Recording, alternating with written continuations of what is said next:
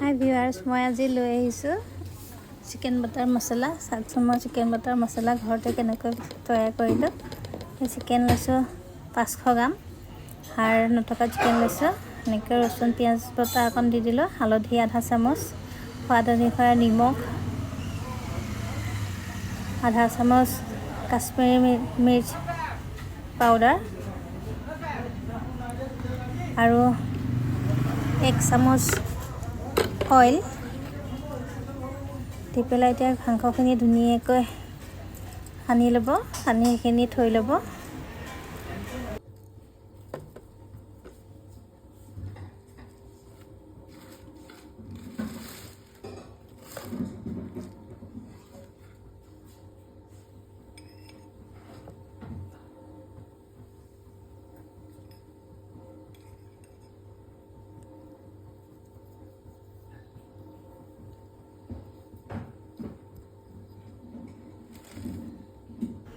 লগতে অকণমান নেমু চেপি দিব আৰু অকণমান গৰম মছলা দিব। দি গোটেইখিনি ধুনীয়াকৈ মাংসটো গোটেই মছলাখিনি সানি মাংসটো অলপ থৈ দিব।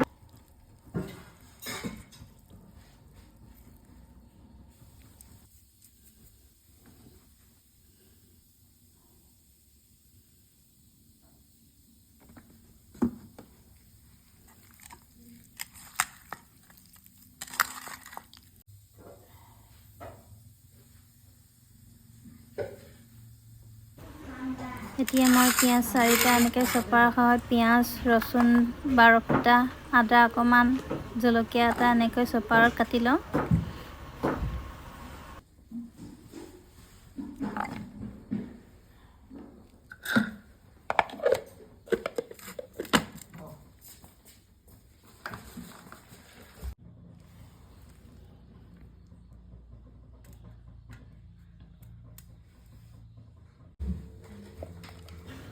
বিলাহী 4টা, আদা অকণমান, কেঁচা জলকীয়া 2টা আৰু ধনিয়াৰ ঠাৰিখিনিত কাজু মই অকণমান ট'ষ্ট কৰি লৈছোঁ।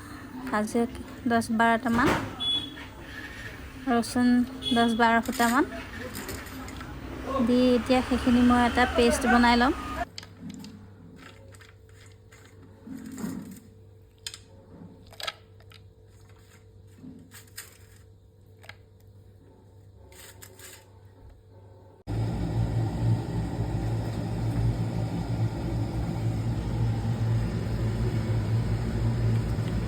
এতিয়া কেৰাহীটো মই পূৰা গৰম হ'ব দিম। আপোনালোকে এনেকৈ কেৰাহীটো পূৰা গৰম কৰি ল'ব। তাতে অকণমান দেখিছে কেৰাহীটোৰ পৰা ধোঁৱা ওলাই গৈছে। তেল দিওঁতেনে তেল 2 চামুচ দি ল'ব। দি এতিয়া আমি মছলা সানি থোৱা মাংসটো এনেকৈ অকণমান ট'ষ্ট কৰা এনেকৈ কৰি ল'ব 4 মিনিটমান সময়।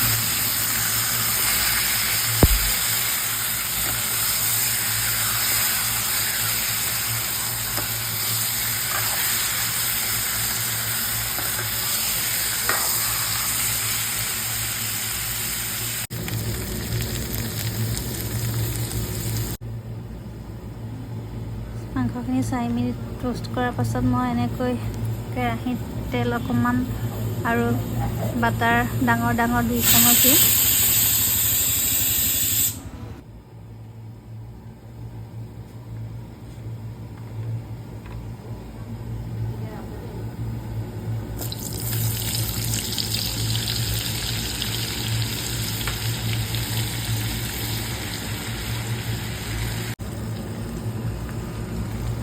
জিৰা আধা চামুচ আৰু আমি চপৰাত কাটি থোৱা পিঁয়াজখিনি দি দিম। জিৰাৰ লগতে এয়া দালচেনি টুকুৰা 2টা, ডাঙৰ ইলাচি 2টা, ইলাচি 2টা দিছোঁ। দি তাৰপাছত এতিয়া চপৰাত কাটি থোৱা পিঁয়াজখিনি দিম। পিঁয়াজখিনি অকণমান লাইট গল্ডেন ব্ৰাউন হোৱালৈকে মই ফ্ৰাই কৰিম।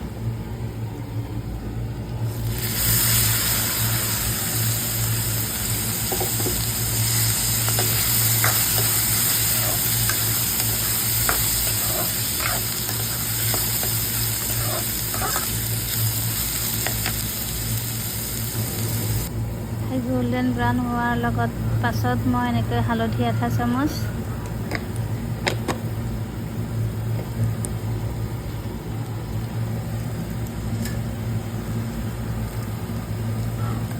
কাশ্মীৰী লাল মিৰ্চ পাউডাৰ আধা চামুচ,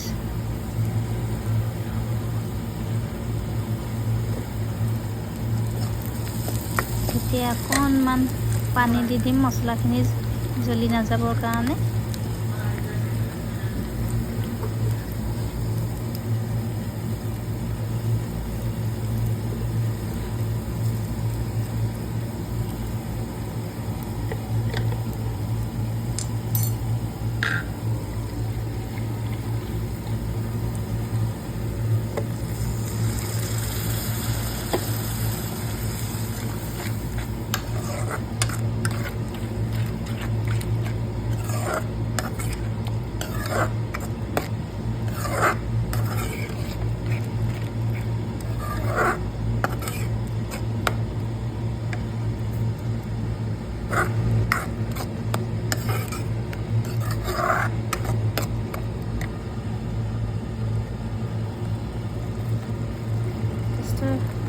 ঢালি দিম।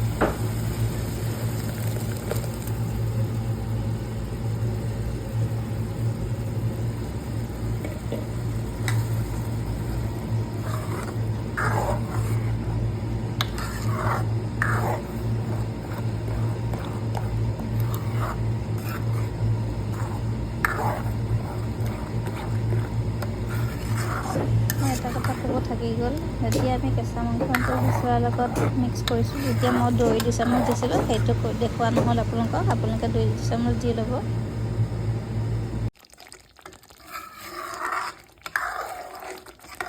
এতিয়া আমাৰ পেষ্টটোৰ কাৰণ গোটেইখিনি বস্তু কেঁচা বস্তুৱে দিয়া হৈছে। 10 বা 12 মিনিট আপোনালোকে কম টাইমত আপোনালোকে মছলাটো ফ্ৰাই কৰিব।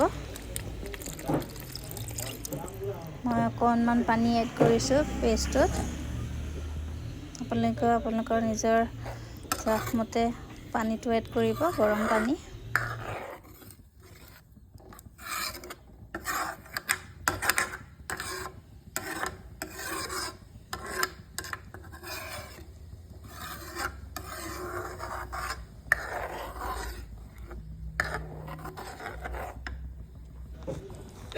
বিলাহী বেলেঞ্চত ৰাখিবৰ কাৰণে এতিয়া মই অকণমান চেনি ব্যৱহাৰ কৰিছোঁ।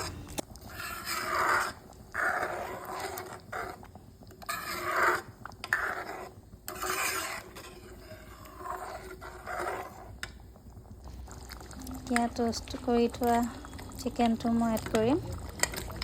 তেনেকৈ চিকেনটো দি আপোনালোকে ভালকৈ লৰাই দিব।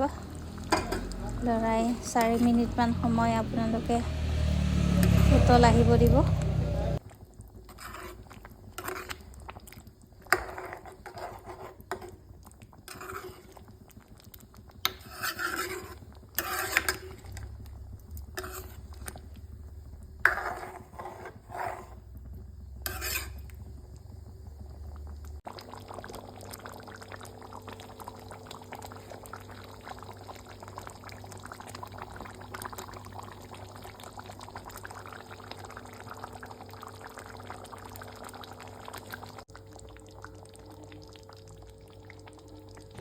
মই এতিয়া ব্যৱহাৰ কৰিম ফ্ৰেছ ক্ৰীম। এনেকৈ আপোনালোকে ফ্ৰেছ ক্ৰীমটো গেছৰ ফ্লেমটো কম কৰি এনেকৈ ওপৰত ফ্ৰেছ ক্ৰীম দি দিব।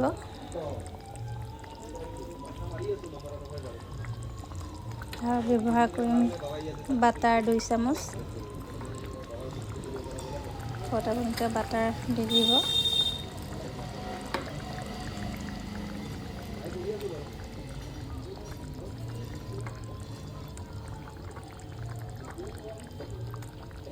অকণমান গৰম মছলা দিব।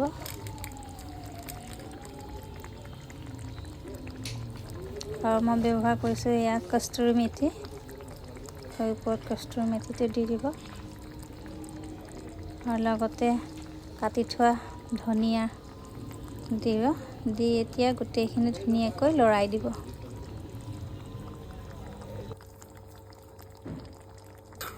আমাৰ বাটাৰ চিকেন ৰেডি হৈ গৈছে।